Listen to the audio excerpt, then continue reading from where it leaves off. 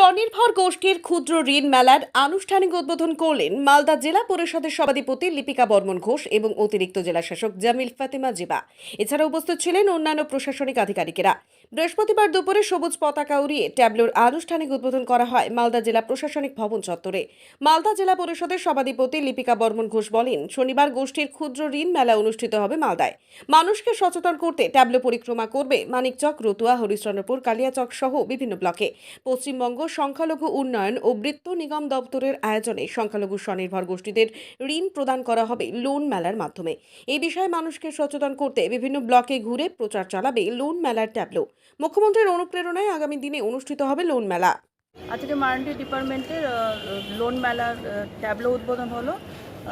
আজকে এবং কালকে মানিকচক এবং রোতবা 2 এ ট্যাবলোটি ঘুরবে এবং কাল পরশু হরিশ্চন্দ্রপুর 2 এবং কালিয়াচক 1 এ ট্যাবলোটি ঘুরে প্রচারিত। এটাতে লোক কি আরো জানতে পারবে, সুবিধা হবে? হ্যাঁ, লোক জানার জন্য এই ট্যাবলোর মাধ্যমে যেন প্রচারটা আরও ছড়িয়ে পড়ে, এই কারণে আমাদের ট্যাবলো দেওয়া।